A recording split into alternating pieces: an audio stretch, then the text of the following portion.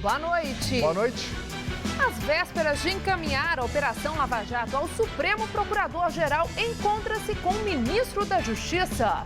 Caminhoneiros que mantiveram bloqueios nas estradas poderão ser multados em até R$10 mil por hora. Serviço funerário da capital usa cães de guarda para coibir furtos em cemitério público. Sem Teto realizam protesto contra a crise hídrica e caminham para o Palácio dos Bandeirantes. Moradores e comerciantes contam os prejuízos depois do dia mais chuvoso do ano em São Paulo.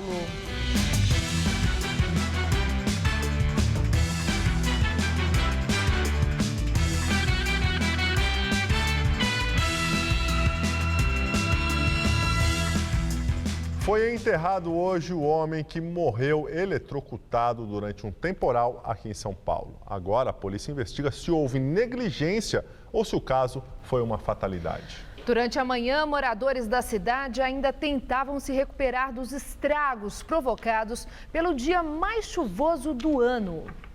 Os reflexos da chuva intensa de ontem estavam por vários bairros. 24 árvores caíram. Esta na Bela Vista, próxima à Avenida Paulista, aos poucos foi cortada. Esta outra, em Santa Cecília, permanecia interditando a calçada. Ela atingiu o portão e a guarita do prédio. 75 semáforos estavam quebrados, segundo a CET. Um dos locais mais atingidos foi a Vila Prudente, na zona leste da capital, onde também houve remoção de árvore.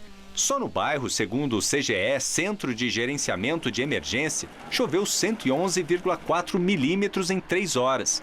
Metade do esperado para o mês de fevereiro em toda a cidade. Nesta rua, tem até um aviso da prefeitura, informando o risco de alagamento. A água chegou bem alto ontem aqui. Um metro mais ou menos ou mais. Aqui sempre teve enchente. Agora piorou um pouco. Rua de cima nunca encheu. Ontem encheu. Com a chuva, o rio Tamanduateí transbordou na Avenida do Estado. A Avenida Luiz Inácio de Anhaia Melo também foi alagada e veículos foram atingidos. A chuva forte também causou a paralisação da linha 7 Rubi. Na estação Palmeiras Barra Funda houve quebra-quebra.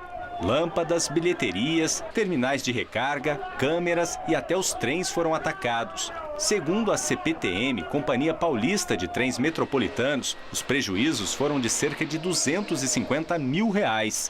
A estação abriu normalmente nesta quinta-feira, mas nem todos os reparos puderam ser feitos a tempo. E o caso mais grave ocorreu aqui na Rua Tupi, em Santa Cecília, região central da cidade. Um homem morreu eletrocutado depois que um fio de alta tensão caiu, derrubado por uma árvore. José Paulo Machado tinha 47 anos e foi atingido por um cabo de energia ao sair do carro. Ele estava no bairro para fazer uma entrevista de emprego. O caso foi registrado no 23º Distrito Policial em Perdizes, como morte suspeita. O delegado vai investigar se a prefeitura, responsável pela poda das árvores, e a Eletropaulo, que cuida da manutenção dos fios e cabos elétricos, foram negligentes. Investigadores vão procurar imagens de câmeras de segurança em prédios vizinhos que possam ter registrado o acidente. Não podemos fazer nada, a única coisa que podemos fazer foi puxar ele para dentro do condomínio, dar o primeiro socorro, mas infelizmente a vida dele não teve jeito. O porteiro deste outro prédio afirma que moradores já haviam pedido o corte de árvores na rua. Segundo ele, uma delas foi podada ontem, logo após o acidente. Se aquela não tem derrubado ela, eles não tinham cortado. E ela estava numa situação muito ruim. Nossa, estava podre. Em dezembro do ano passado, um caso parecido aconteceu na mesma região. O passageiro de um táxi morreu quando o veículo foi atingido por uma árvore durante um temporal. Muito triste. Em nota, a Secretaria de Coordenação das Subprefeituras disse que, em média, são realizados por mês quase 10 mil atendimentos em relação à poda e remoção de árvores. Sobre a árvore que caiu na Rua Tupi, o órgão afirmou que não há registro de reclamação ou pedido de poda e remoção neste caso. O Movimento dos Trabalhadores Sem Teto promove ato contra a crise hídrica em São Paulo. A concentração acontece neste momento no Largo da Batata, na Zona Oeste. A repórter Fernanda Azevedo acompanha a manifestação e tem as informações. Fernanda? Oi, Gabriel, nós estamos aqui na Faria Lima, Avenida Faria Lima, acompanhando essa manifestação organizada pelo Movimento dos Trabalhadores Sem Teto de São Paulo. Segundo o balanço da Polícia Militar, há de 4.000 a 5.000 manifestantes nesse momento caminhando em direção ao Palácio do Governo. E de acordo com a organização do MTST, são 12.000 pessoas que se reuniram aí para protestar por conta da crise hídrica que afeta a cidade de São Paulo. Eles protestam contra os constantes cortes de água que, segundo eles, acontecem diariamente, à tarde e à noite, nos bairros mais periféricos. São, segundo o movimento, 30 bairros mais afetados e justamente os bairros mais pobres de São Paulo. Tem outras bandeiras, como programas emergenciais de distribuição de caixas d'água, cisternas e também a escavação de poços artesianos nesses bairros que têm sofrido mais. Aqui há também manifestantes, representantes do PSOL, da CUT, do PCdoB e de outros movimentos sociais. A caminhada será a seguinte, já para alertar quem está transitando aqui pela região. Eles vão pegar a Faria Lima, já estão na Faria Lima. Nós estamos aqui em frente ao shopping Iguatemi agora, que tem as portas fechadas, como a gente pode observar aqui. O shopping Iguatemi está fechado nesse momento, apesar de que a manifestação segue sem conflitos ou confrontos, apenas com essas interdições no trânsito. Da Faria Lima, eles vão pegar a ponte Cidade Jardim, cruzando a Marginal do Rio Pinheiros por cima, a Avenida Oscar Americano e então a Avenida Morumbi até o Palácio do Governo. Eles querem ser recebidos por representantes do governo de São Paulo para então debater essas pautas de reivindicação. Nós podemos voltar a qualquer momento com outras informações aqui dessa manifestação. Voltamos ao estúdio. Obrigada, Fernanda. Serviço funerário usa cães de guarda em cemitério municipal da região central de São Paulo para coibir casos de furtos. Só no ano passado foram 540 registros envolvendo objetos de bronze e cobre em 4 cemitérios públicos. A prefeitura planeja estender o projeto para cemitérios de outros bairros da cidade. Uma nova etapa do trabalho que vem sendo feito há um ano pelo Serviço Funerário Municipal. Tudo começou com o registro dos boletins de ocorrência e com o levantamento do índice de furtos nos cemitérios públicos da capital. No cemitério da Consolação, no centro da cidade, foram 410 casos em 2014. Furtos principalmente de vasos, estátuas e portões de bronze e cobre. A grande maioria é formada por pessoas que têm problemas com drogas. São muitas pessoas viciadas em crack, que pegam uma peça de bronze para trocar por uma pedra de crack. Alguns moradores em situação de rua, que pegam para poder comprar alguma coisa para se alimentar. Além do restabelecimento da iluminação e instalação de câmeras de segurança, agora cães da raça Rottweiler são responsáveis por cuidar de pontos estratégicos do cemitério. Eles descansam durante o dia e a partir das 6 da tarde, quando os portões são fechados, os cachorros ficam em pontos vulneráveis, presos a cabos de aço que garantem espaço para eles caminharem. A movimentação dos cães e de pessoas estranhas em outras áreas é monitorada pela equipe da Guarda Civil Metropolitana, que também passou a ficar 24 horas no local. O projeto piloto foi implantado no cemitério da Consolação há um mês. Nós não registramos nenhum furto depois que isso foi implantado. A gente não sabia exatamente se ia dar certo, se os cães iam se adaptar. O segundo cemitério público de São Paulo a receber a ajuda dos cães seguranças será o Araçá, também aqui na região central. Ele está entre os 4 cemitérios mais visados da capital. Só para se ter uma ideia, desde que os cães começaram a atuar no cemitério da Consolação, o número de furtos aqui no Araçá aumentou 60%. Foram 91 casos desde o começo deste ano, contra 64 furtos em todo o ano passado. Em média, 95% dos objetos são recuperados. As famílias são chamadas para reaver as peças, porém a maioria está aguardando a melhora da segurança para recolocar os objetos. Em março, vamos instalar as luzes, né? E até o mês 5, maio, estaremos com os cães de guarda aqui. A meta é estender o projeto a outros 2 cemitérios da cidade, o Quarta Parada, na Zona Leste, e o São Paulo, na Zona Oeste. E contar ainda com a colaboração da Polícia Civil. O mais importante é saber para onde esse bronze está indo, porque justamente a pessoa que mais lucra com esse tipo de atividade é aquela que recepta isso. E isso é importante, então por isso que a gente também vem insistindo muito com a Polícia Civil para que eles façam esse trabalho investigativo e cheguem aos receptadores, que a gente acha que esse seria um passo quase que definitivo para acabar completamente com esse tipo de furto. Procurador-Geral da República, Rodrigo Janot, encontra-se com o ministro da Justiça, José Eduardo Cardoso, às vésperas de encaminhar ao Supremo Tribunal Federal a lista de políticos envolvidos na Operação Lava Jato da Polícia Federal. Segundo os sites dos principais jornais brasileiros, na reunião, Cardoso alertou Janot de que ele corre perigo. Na internet, hoje, os jornais Folha de São Paulo, o Estado de São Paulo e o Globo informaram que o encontro realizado ontem à noite no gabinete de Janot não estava na agenda oficial, mas acabou sendo confirmado. Cardoso teria alertado Janot que os serviços de inteligência do governo identificaram movimentos suspeitos e que o procurador-geral deveria reforçar seu esquema de segurança. Assessores dos dois argumentam, no entanto, que o assunto tratado foi a elaboração de um novo pacote anticorrupção a ser enviado ao Congresso Nacional pela presidente Dilma Rousseff. Hoje cedo, também fora da agenda, Janot esteve com o vice-presidente da República, Michel Temer, do PMDB. O encontro ocorreu na residência oficial de Temer, o Palácio Jaburu, e não no Palácio do Planalto, onde fica seu gabinete. A assessoria de Janot disse que não foi discutida a Operação Lava Jato, mas apenas a dotação orçamentária para o Ministério Público. Donos de construtoras investigadas na Operação Lava Jato aparecem em lista do HSBC suíço, caso que já ganhou o apelido de SwissLeaks. 11 integrantes da família Queiroz Galvão, que controla as empresas Galvão Engenharia e Queiroz Galvão, têm ou tiveram contas no exterior e pelo menos 9 operavam via paraísos fiscais. Manter dinheiro no exterior não é ilegal, desde que os valores sejam declarados à Receita Federal.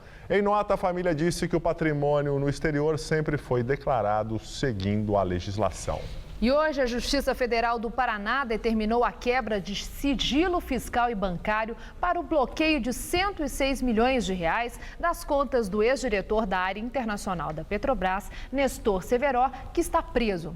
Severó é acusado de receber 40 milhões de dólares em propina nos anos de 2006 e 2007 para intermediar a contratação de navios sonda para perfuração de águas profundas na África e no México.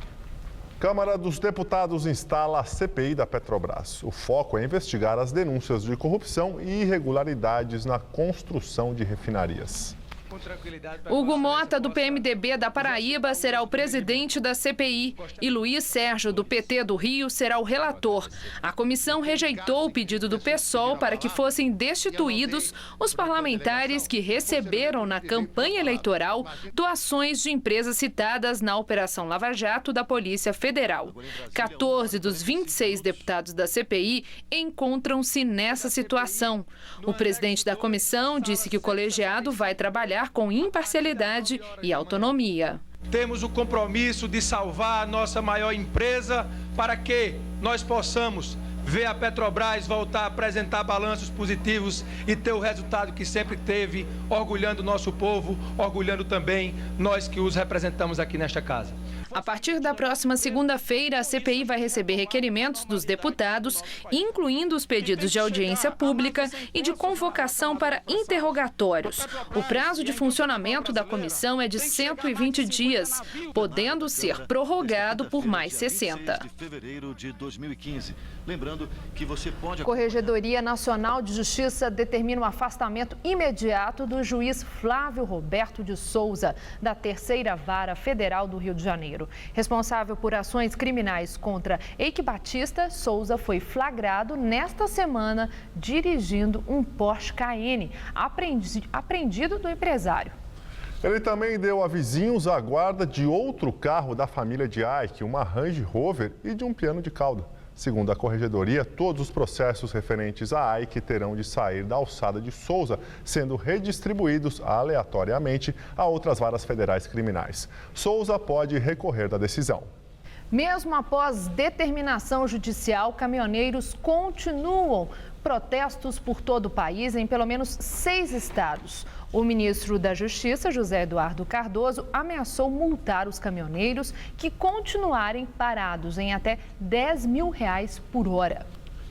Cardoso anunciou medidas para coibir a ação de manifestantes que continuam a bloquear as rodovias, descumprindo a ordem judicial. A primeira delas foi a determinação de que proceda a Polícia Rodoviária Federal, como determina a lei, as multas, a aplicação das multas previstas na legislação em relação aos caminhoneiros que estão obstruindo estradas. O ministro também ordenou a abertura de inquéritos para apurar relatos de atos ilícitos nos protestos. Eu determinei ao senhor diretor-geral da Polícia Federal que todas as superintendências da Polícia Federal, todas, em que existam movimentos, abram imediatamente inquéritos para apurar quaisquer ilícitos que estejam ocorrendo.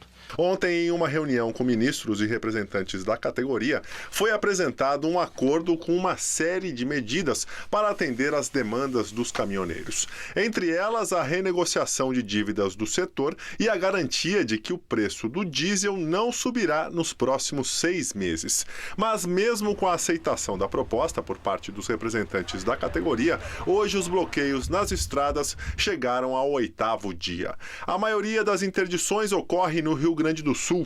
A greve nacional dos caminhoneiros começou no Paraná, motivada pelos aumentos do preço do diesel e dos pedágios, além da desvalorização dos fretes. O bloqueio das rodovias trouxe vários prejuízos, como falta de gasolina no oeste de Santa Catarina, suspensão da coleta de leite e do abatimento de animais nos estados da região sul e comprometimento de 50% da produção na região norte. Pela manhã, a presidente Dilma Rousseff falou sobre a greve. O governo está fazendo, como vocês viram, todo um esforço na questão da resolução da greve.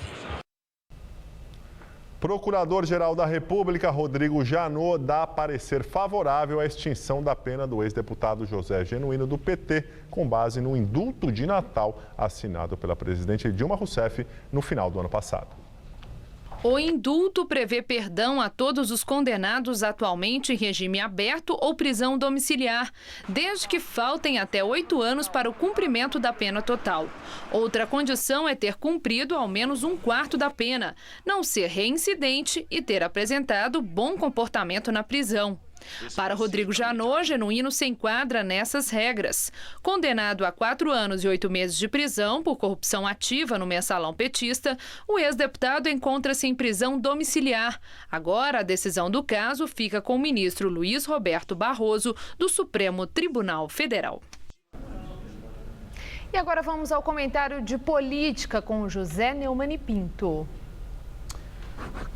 Eu estou muito preocupado com o que pode acontecer nas ruas no Brasil no dia 15, quando as pessoas prometem sair à rua para protestar contra o governo do PT e o PT promete ir à rua para bater nessas pessoas.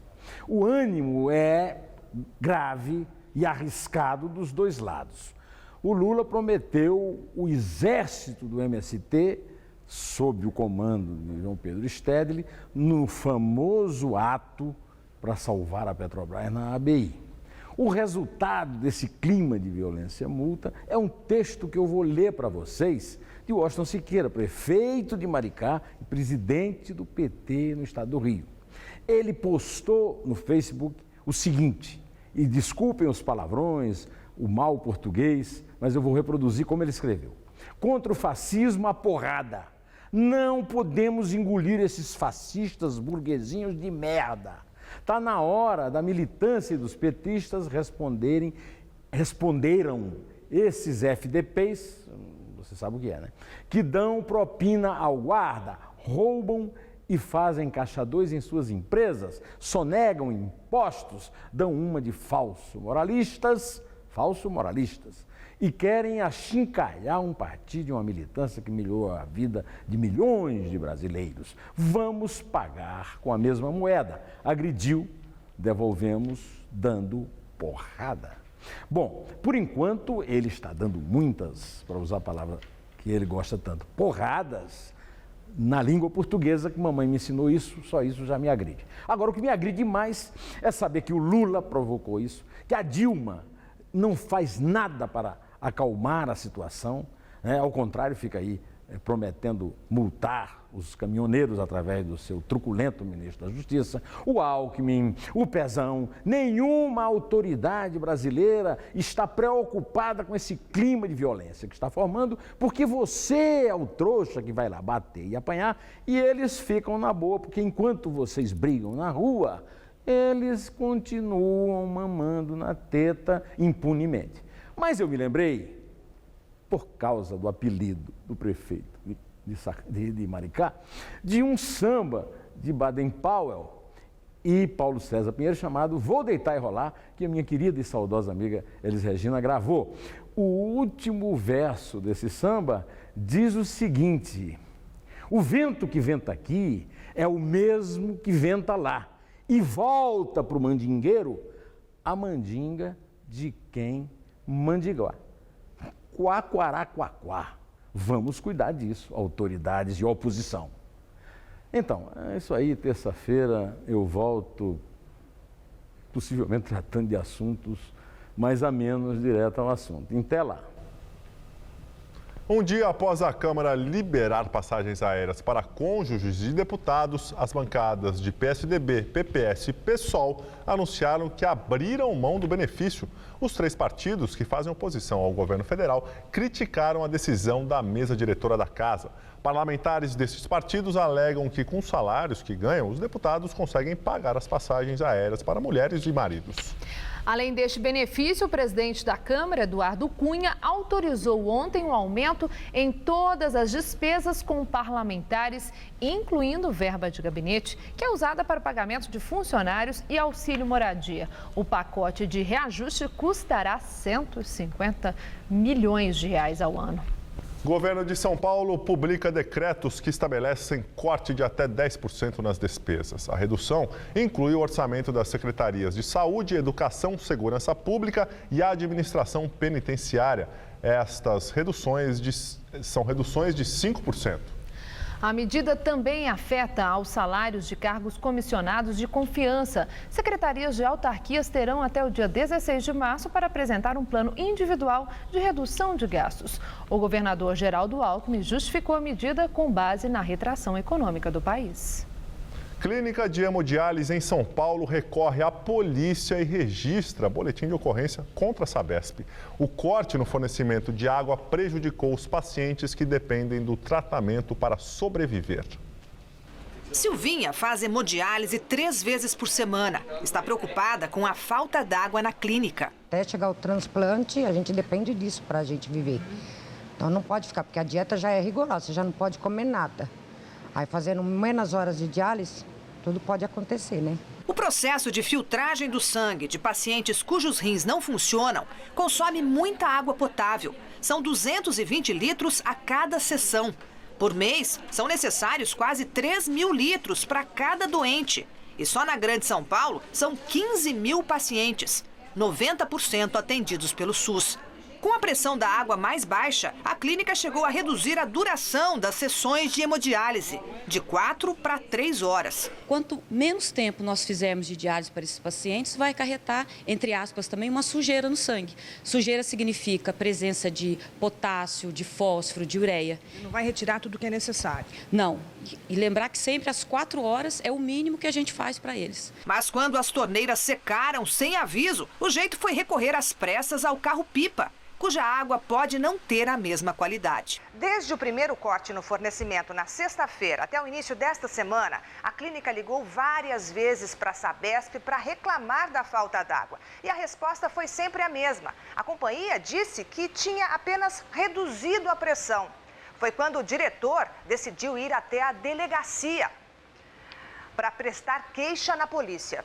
O registro do boletim de ocorrência foi uma orientação da Sociedade de Nefrologia do Estado de São Paulo. No dia anterior, nós tínhamos perguntado para a Sabesp se havia falta d'água e eles negaram que isso ia acontecer. E quando chegamos aqui, junto com os nossos pacientes, nós tivemos essa surpresa. E eles foram penalizados por isso. E isso não é justo. É preocupante porque foi muito traumático para a colega da outra clínica que teve essa situação. Imagine você chegar, as clínicas têm em média 200 pacientes, você chegar de manhã na sua clínica com os pacientes, se você não poder fazer a sessão de diálise, e também não tem para onde mandar, não tem como São Paulo absorver de uma hora para outra 200, 300 pacientes em outras clínicas. Então é muito complicado isso. A entidade diz que procurou a Sabesp ainda no ano passado para discutir um plano específico para as clínicas de hemodiálise. Há quase um mês, enviou um ofício pedindo uma nova reunião, mas até agora não houve resposta. Eles nos prometeram que ia ter uma linha direta e que qualquer situação eles iriam providenciar um carro-pipa e tem que ser com uma água certificada, água potável, porque são requisitos para poder fazer as sessões de diálise. Nós estamos aguardando essa audiência, que a gente seja prontamente atendido e é isso basicamente a nossa solicitação. Em nota, a Sabesp disse que no dia em que houve o corte de água, disponibilizou um caminhão-pipa para atendimento emergencial e que a clínica não quis aceitar a oferta. A companhia também informou que hoje trocou o hidrômetro do imóvel para permitir uma vazão maior de água. E o governador Geraldo Alckmin diz que o problema em São Paulo é a falta de caixas d'água nos imóveis. Alckmin falou hoje de manhã e também defendeu a estratégia da Sabesp de reduzir a pressão da água no abastecimento. Para evitar o rodízio, a Sabesp agiu de maneira muito firme, cautelosa e eficiente. Queria destacar que essa é uma medida que o mundo inteiro utiliza, válvula redutora de pressão, e você o faz durante a noite, durante a madrugada, aí você diminui perda e você consegue manter o sistema e não precisando de rodízio. Segundo o governador, a ausência de caixas d'água é o problema, pois se todos os imóveis tivessem onde fazer reserva, não haveria dificuldades mediante a baixa pressão. Tendo um reservatório para 24 horas, a redução de pressão é quase imperceptível. Ele também frisou que o governo está distribuindo gratuitamente caixas d'água para a população. Ontem, durante reunião da CPI da Sabesp, o diretor metropolitano Paulo Massato disse que a empresa tem garantido 1 metro de coluna de água aos consumidores da Grande São Paulo. Mas a Associação Brasileira de Normas Técnicas determina que o mínimo são 10 metros de coluna de água. E segundo a Sabesp, 25 mil famílias de baixa renda com problemas de reservação estão recebendo gratuitamente caixas d'água com capacidade para 500 litros. A distribuição começou em janeiro, mas até agora foram entregues somente 700 unidades. Para receber a caixa, cada família deve ter renda máxima de 3 salários mínimos e residir em áreas identificadas como de vulnerabilidade social. Cantareira registra novo aumento nesta quinta-feira. Outros sistemas que abastecem a região metropolitana de São Paulo também tiveram alta. Segundo dados da Sabesp, o nível do sistema Cantareira subiu 0,3 ponto percentual. Com isso, o reservatório opera agora com 11,1% de sua capacidade. Um dos motivos para o manancial vir se recuperando aos poucos está relacionado com as chuvas registradas neste mês, bem acima do esperado para fevereiro. O sistema Guarapiranga também voltou a subir, registrando 59,8% de volume armazenado. O Alto Tietê, por sua vez, se manteve estável pelo terceiro dia e opera com 18,3% de sua capacidade de reserva de água. Voltamos a falar com a repórter Fernanda Azevedo, que acompanha uma manifestação de integrantes do movimento Sem Teto contra a crise hídrica. Fernanda.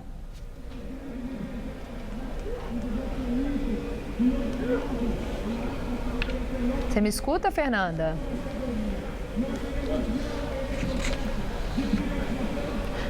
Voltamos daqui a pouco com mais informações. Tivemos um pequeno problema técnico e voltamos daqui a pouco com Fernanda Azevedo, que vai falar sobre a manifestação. E depois do temporal generalizado de ontem, a quinta-feira amanheceu ensolarada e a máxima essa tarde bateu nos 31 graus aqui na capital paulista. A chuva veio, mas de forma rápida e localizada. E será que a chuva continua nos próximos dias? Luciana Magalhães tem os detalhes da previsão para o Brasil e o estado de São Paulo.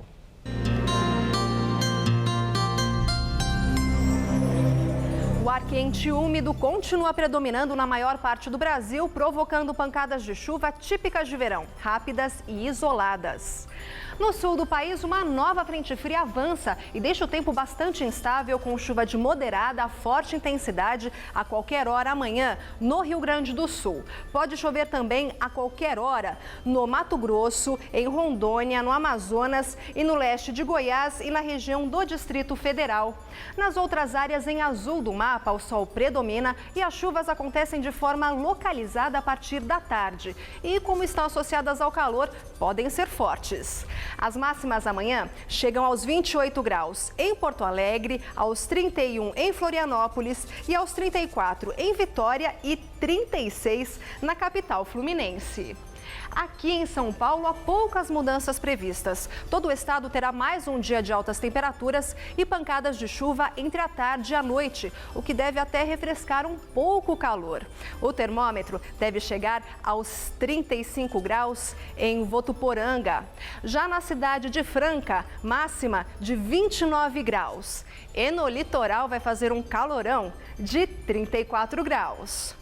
A previsão de chuvas fortes, rápidas e localizadas também vale aqui para a região metropolitana de São Paulo.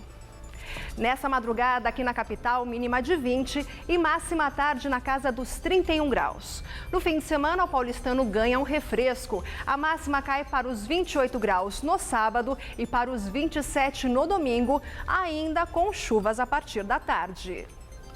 Eu volto daqui a pouco no Jornal da Gazeta, edição das 10. Até lá! Tribunal de Justiça do Piauí derruba a decisão de juiz que pedia a suspensão do WhatsApp no Brasil. O juiz Luiz de Moura Correia, da Central de Inquéritos da Comarca de Teresina, ordenou que o WhatsApp saísse do ar por não colaborar com investigações da Polícia Civil do Estado sobre pedofilia. O desembargador Raimundo Nonato da Costa Alencar alegou que a decisão não era sensata, porque a suspensão do serviço afetaria milhares de pessoas em prol de uma investigação local. A suspensão deveria ser temporária, até que o aplicativo fornecesse as informações solicitadas pela polícia. O juiz de primeira instância disse que embasou a sentença na lei do Marco Civil da Internet. Juiz federal da Argentina rejeita a denúncia contra a presidente Cristina Kirchner, preparada por promotor encontrado morto. O juiz Daniel Rafecas considerou que a análise dos elementos inibe a abertura de um processo penal porque não se sustenta a suspeita de que haveria uma manobra para encobrir ou obstruir a investigação do ataque à organização israelita AMIA. A denúncia foi apresentada pelo promotor Gerardo Policita, que deu prosseguimento ao caso depois da morte misteriosa de Alberto Nisman. O promotor foi encontrado morto com um tiro na cabeça um dia antes de apresentar a denúncia ao Congresso. Ele investigava um suposto encobrimento de Cristina Kirchner a ex-funcionários do governo iraniano no atentado contra o Centro Judaico em Buenos Aires em 1994, no qual morreram 85 pessoas. O promotor Policita deve apelar da decisão. E agora vamos ao comentário de política internacional com o João Batista Natali. Tomem nota, os chineses não estão chegando, eles já chegaram. Saiu hoje um estudo da Universidade de Boston com mais duas entidades americanas sobre os empresários da China e da América Latina. Foram no ano passado 22 bilhões de empréstimos em dólares. O Brasil ficou com 8 bilhões. Essas operações têm uma faceta muito particular. Os chineses impõem poucas condições, como apoio político nos organismos internacionais. E também emprestam para países que estão sem dinheiro. Não podem pagar o que devem ao FMI ou ao Banco Interamericano de Desenvolvimento. É o caso da Argentina, que nos últimos 9 anos recebeu da China 19 bilhões de dólares, ou da Venezuela, que ficou com 56 bilhões. Pequim não liga se os devedores não pagarem no prazo que prometeram. O interesse chinês não é monetário, é geopolítico. A China quer ocupar um espaço econômico e ter vínculos muito fortes com os países do continente. A China está fazendo com a América Latina aquilo que ela já fez com a África nos anos 90. Entrou devagarinho e acabou tomando o lugar dos Estados Unidos e da Rússia. Mais de 100 países em todo o mundo já têm a China como maior parceiro financeiro ou comercial. Com os Estados Unidos são menos de 50. A China tem dinheiro sobrando e exerce um poder fabuloso até mesmo sobre os Estados Unidos. Isso porque ela é a maior portadora dos títulos da dívida americana. A China pode, teoricamente, quebrar até o Tesouro americano, caso abra mão das reservas cambiais em dólares. Vejamos o caso da Argentina. Os chineses já são o maior parceiro comercial daquele país. Desbancaram o Brasil e fizeram pipi na cabeça do Mercosul. E eu volto a insistir num detalhe. Os chineses pedem muito pouco em troca. Não exigem que seus parceiros latino-americanos os apoiem nas disputas contra o Japão, no apoio à Coreia do Norte ou nas divergências com a Rússia. Nesse tablado internacional, a China é um parceiro muito leve. O troco virá pelo reconhecimento da hegemonia econômica que a China já tem. É assim que o mundo gira. Boa noite. Dólar volta a subir e fecha o dia cotado a R$ 2,88. É a maior cotação em mais de 10 anos. Segundo analistas, a alta foi influenciada por anúncios da economia americana. O Banco Central dos Estados Unidos sinalizou que pode começar a elevar a taxa de juros do país em meados deste ano. Prefeitura divulga novo balanço dos casos de dengue neste ano em São Paulo. O número chegou a 563, mais que o dobro na comparação com o mesmo período do ano passado. A Secretaria Municipal de Saúde estima que o número de casos chegue a 90 mil até o final deste ano aqui na cidade de São Paulo. A previsão leva em conta o aumento da doença nas primeiras 6 semanas de 2015. No mesmo período do ano passado, foram registrados 214 casos. Agora já são 563. Uma morte de uma idosa na Brasilândia, zona norte de São Paulo, está sendo investigada. A suspeita é de que tenha sido provocada pela doença. É a região que até o momento apresenta o maior número de casos de dengue. A Coordenação de Vigilância em Saúde está concentrando o trabalho de 2.500 agentes na eliminação de focos e orientação da população. As altas temperaturas, chuvas e o hábito da população de armazenar água por causa da crise hídrica têm sido apontadas como as principais hipóteses para esse aumento tão grande do número de casos de dengue aqui na cidade de São Paulo. A Secretaria Estadual da Saúde também divulgou hoje que São Paulo registrou em janeiro deste ano 5.355 casos confirmados de dengue. Mais de 50% dos registros se concentram nas regiões de Araçatuba, Rio Preto e Sorocaba. O governo não considera esse número como uma possível epidemia. Milhares de integrantes do Movimento Sem Teto realizam ato contra a crise hídrica. A repórter Fernanda Azevedo tem mais informações. Fernanda? Nós voltamos ao vivo aqui da manifestação do Movimento dos Trabalhadores Sem Teto de São Paulo, que marcham em direção, nesse momento, ao Palácio dos Bandeirantes, sede oficial da residência oficial do governador de São Paulo, Geraldo Alckmin. Esse protesto acontece por conta da crise hídrica. Segundo a organização do movimento, mais de 30 bairros de periferia sofrem com constantes cortes de água. É uma manifestação também um pouco bem-humorada. A gente vê aí manifestantes com cocar de índio, simulando a dança da chuva. Também vieram maltrapilho com camisetas cortadas, sujo.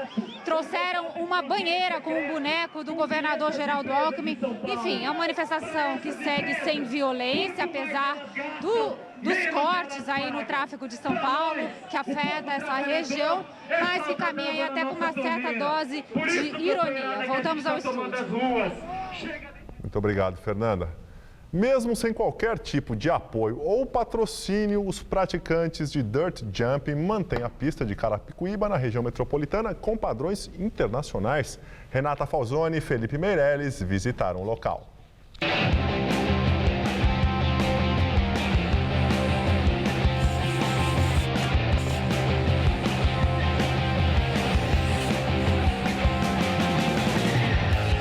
Há 20 anos, esse local, em frente à Coab de Carapicuíba, é o ponto mais famoso do Brasil da modalidade Dirt Jump. BMX muito radical. O Dirt é salto com manobras. Em rampas grandes, em rampas pequenas, em trail e por aí vai. Uma subida, uma descida, loucura, terra, sujeira. Desde 95 que a gente já ocupa esse terreno aqui, né? Começa com a área das mesinhas, né? Tem os trail que é um intermediário, tem as médias. Tem as grandes, que as grandes é o limite do local. Essas rampas aqui chegam a 9 metros de vala e de altura, acho que 4 metros, assim, mais ou menos. Acho que você desliga do mundo, você fica lá em cima, só você e sua bike, assim, você flutuando, você pensa em um monte de coisa ao mesmo tempo. Nossa, é uma sensação muito boa, é só pulando mesmo para sentir.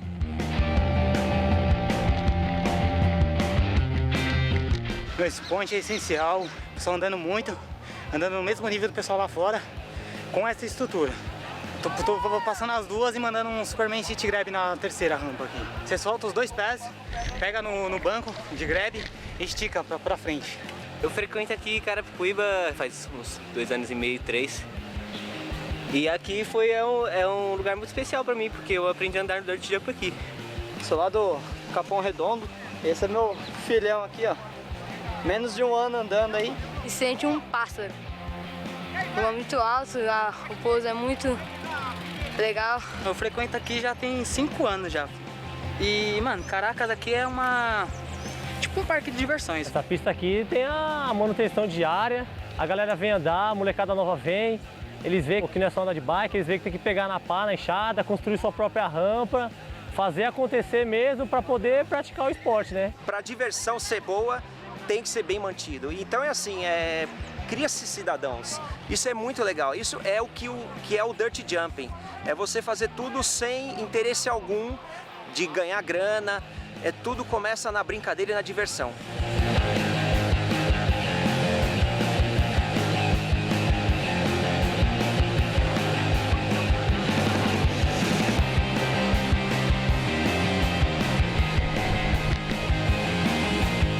Vicia demais, eu tô aí já há mais de 10 anos aí viciado nessa sensação aí.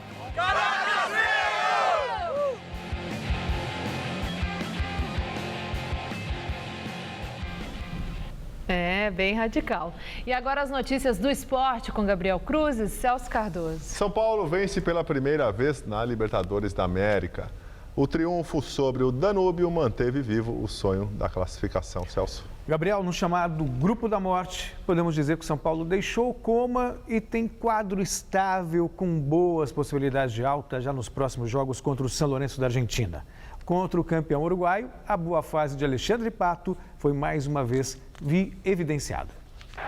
No estádio do Morumbi, o primeiro gol do São Paulo foi um golaço. Logo aos 4 minutos, Alexandre Pato de primeira, 1-0 contra o Danúbio. O segundo gol São Paulino também foi de Alexandre Pato, agora de cabeça, 2-0. Reinaldo contou com o desvio da zaga para ampliar para o São Paulo no segundo tempo aos 25 minutos, 3-0. E Jonathan Cafu definiu a goleada no finalzinho da partida. São Paulo vivo na Libertadores 4, Danúbio do Uruguai 0. Celso, 4-0 no Danúbio, mas mostrou futebol para fazer frente aí a Corinthians e São Lourenço? Frente ao São Lourenço, sim. Na verdade, o São Paulo ele começou bem, né? Conseguiu um gol logo de cara, isso tirou um pouco o peso. Aí caiu de produção, aí o Pato está numa grande fase, marcou um outro golaço, 2-0. E poderia até ter feito mais no primeiro tempo. No segundo tempo que a gente viu foi o Danúbio, que não tem muita qualidade, atacando São Paulo. Perdeu algumas chances, né? Perdeu algumas chances, pois é. E o São Paulo só chutou no gol aos 14 minutos, depois com o Reinaldo quando fez 3-0. Aí quando fez 3-0 liquidou o jogo, mas não foi aquele futebol ainda que a gente espera. Mas claro, dá para fazer frente ao São Lourenço, por isso que eu até brinquei no começo, né? A alta depende desses 2 jogos contra o São Lourenço, um no Morumbi e outro na Argentina. Esse é o fiel da balança. Nos outros jogos envolvendo brasileiros na Libertadores, um empate e uma derrota. O Cruzeiro ficou no 0-0 na altitude de Sucre, na Bolívia, contra o Universitário. Já o rival Atlético se deu mal em casa e sofreu a segunda derrota em 2 jogos pela Libertadores.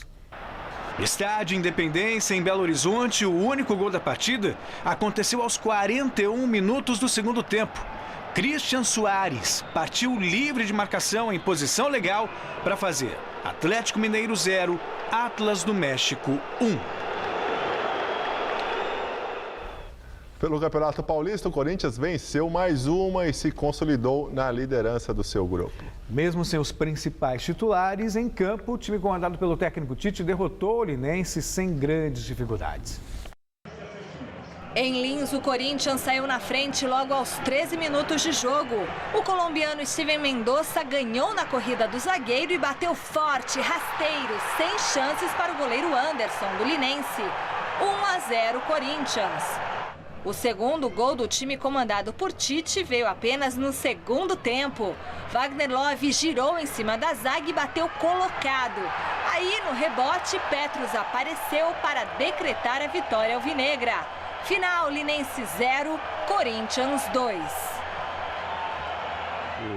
A satisfação é que a equipe mantém um padrão de desempenho técnico, tático, independente das peças que se mudam. E é muito difícil, a gente sabe o quanto é difícil isso.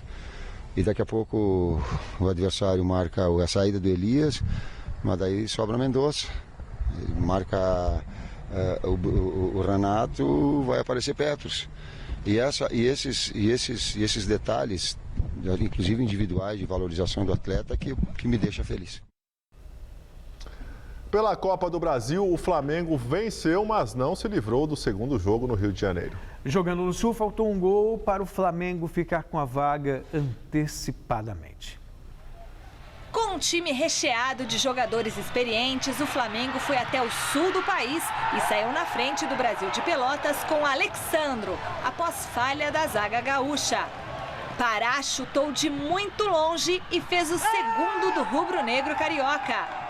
Quando tudo se encaminhava para uma vitória por 2 gols de diferença a favor do Fla, o que eliminaria o duelo da volta, Nena descontou para os donos da casa. E ficou assim. Final, Flamengo 2, Brasil de Pelotas 1. Atrasos nas obras para os Jogos Olímpicos do Rio de Janeiro 2016 preocupam dirigentes do COI. Em visita ao Rio de Janeiro, representantes do Comitê Olímpico Internacional falaram hoje sobre as instalações. A Cidade Maravilhosa recebeu nesta quarta-feira o 8º encontro da Comissão de Coordenação do Comitê Olímpico Internacional para os Jogos do Rio de Janeiro em 2016. Com vários atrasos no cronograma de obras, 3 instalações despertam mais preocupação dos organizadores do evento: o campo de golfe, o velódromo e o centro de hipismo. Segundo Nawal El Montawakel, presidente da comissão, o prazo é extremamente curto para que tudo fique pronto antes dos eventos testes programados. No entanto, hoje os atletas se mostram mais preocupados com a Baía de Guanabara. Um dos principais cartões postais do Rio de Janeiro está totalmente poluído e pode comprometer o bom andamento das competições de atismo. Questionados sobre o problema, integrantes da comissão afirmaram que confiam no cronograma apresentado. Nós ainda estamos trabalhando nessa direção. Portanto, não podemos julgar até a linha de chegada. Somos como atletas nesse sentido. Estamos empurrando as expectativas para a linha de chegada e devemos respeitar isso. Todo esforço está sendo feito para chegar aos 80% estabelecidos no compromisso, afirmou Christophe Duby, diretor executivo dos Jogos. Pois é, parece que Mr. Duby não conversou ainda com o governador do Rio, Luiz Fernando Pezão, que jogou a toalha e admitiu que a meta de tratar 80% do esgoto despejado na Baía de Guanabara dificilmente será cumprida dentro do prazo. Se não ficar pronto, o importante é que a gente já saiu de 17 para 49. Parafraseando o nosso colega da TV Bandeirantes, uma vergonha. É melhor usar outro lugar para essas provas. Valeu, Celso. Boa noite. Tchau, tchau. Estela, com você? 15 dias após a explosão em navio plataforma a serviço da Petrobras, bombeiros encontram o corpo da 7ª vítima. O corpo foi encontrado dentro do navio, segundo a empresa BW Offshore, proprietária da embarcação.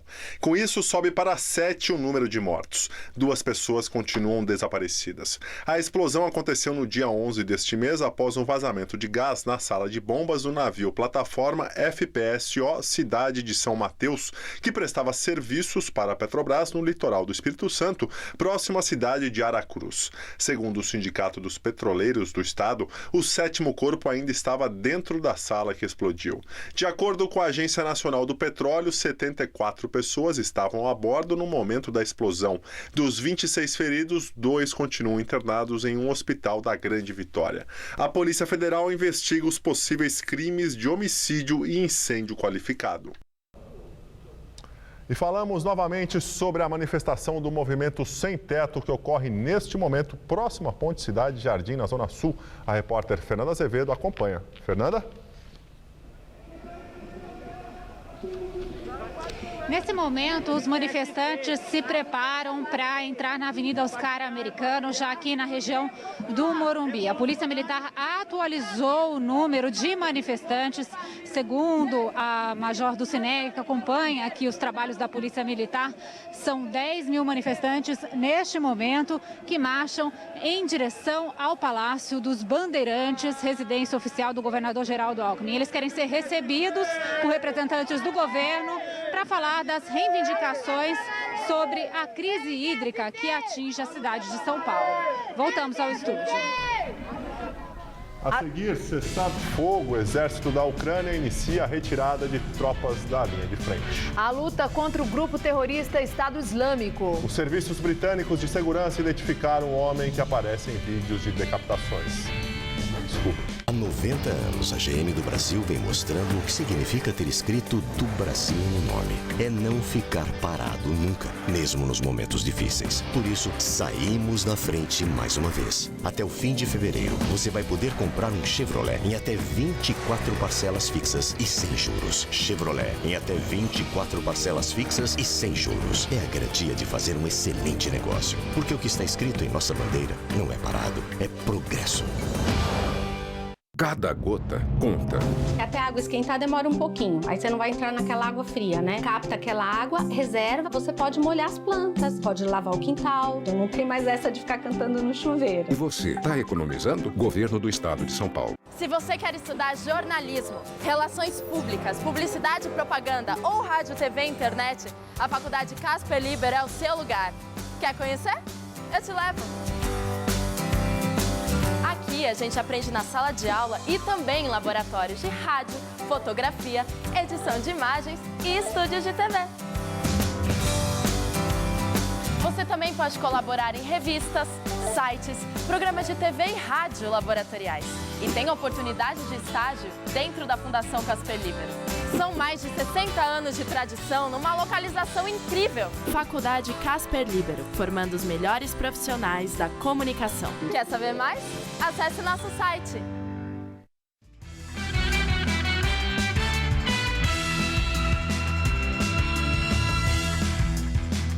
Desemprego em janeiro sobe para 5,3%, o patamar mais alto desde setembro de 2013, segundo o IBGE. O resultado é um ponto percentual maior que o índice registrado em dezembro do ano passado. A pesquisa é feita nas 6 principais regiões metropolitanas do país. Militantes do Estado Islâmico capturam pelo menos 220 cristãos no nordeste da Síria nos últimos 3 dias. Entre os reféns, há mulheres, crianças e idosos. Segundo a Rede Síria de Direitos Humanos, com base na Suécia, o Estado Islâmico tenta trocar os reféns por jihadistas presos pelos curdos que são apoiados pela coalizão internacional. E os serviços britânicos de segurança identificaram o jihadista que aparece em vídeo de decapitações do Estado Islâmico. O militante mascarado, que ficou conhecido como Jihad John, é o britânico Mohamed Mouazi, de 26 anos. Ele nasceu no Kuwait, foi criado em Londres, tem família rica e é formado em programação de computadores pela Universidade de Westminster. Ele teria viajado para a Síria em 2012. O Estado Islâmico publicou na internet vídeos em que militantes destroem estátuas e esculturas milenares. Algumas das peças foram identificadas como antiguidades do século 7 a.C. Um militante justifica que o Islã não permite a idolatria de estátuas. Exército da Ucrânia inicia a retirada da artilharia da linha de frente, conforme previsto no acordo de cessar-fogo acertado há 2 semanas. A retirada de artilharia é o segundo item do acordo firmado em Minsk, a capital de Belarus, e significa que a trégua está sendo colocada em prática. A operação é monitorada pela Organização para a Segurança e Cooperação da Europa. Não foram relatadas baixas nos últimos 2 dias, desde que os rebeldes pró-Rússia começaram a retirar suas armas pesadas. O governo ucraniano mantinha seus equipamentos militares sob o argumento de que os combates ainda não tinham cessado. Madonna leva tombo no palco durante a apresentação em Londres. O tombo aconteceu quando um bailarino puxou a capa que ela vestia. Madonna despencou de costas. A plataforma tinha mais de 1 metro de altura. Ela se levantou logo e seguiu com o show. No Facebook, Madonna explicou: Armani me pegou. Minha linda capa estava amarrada muito forte, mas nada pode me parar e o amor realmente me levantou. Obrigada pelos bons desejos, eu estou bem. E o Jornal da Gazeta fica por aqui. A edição de hoje pode ser vista daqui a pouco no site tvgazeta.com.br/Jornal da Gazeta. Eu volto com mais notícias no Jornal da Gazeta, edição das 10. Até já. Eu volto amanhã às 19 horas. Uma excelente noite para você e até lá.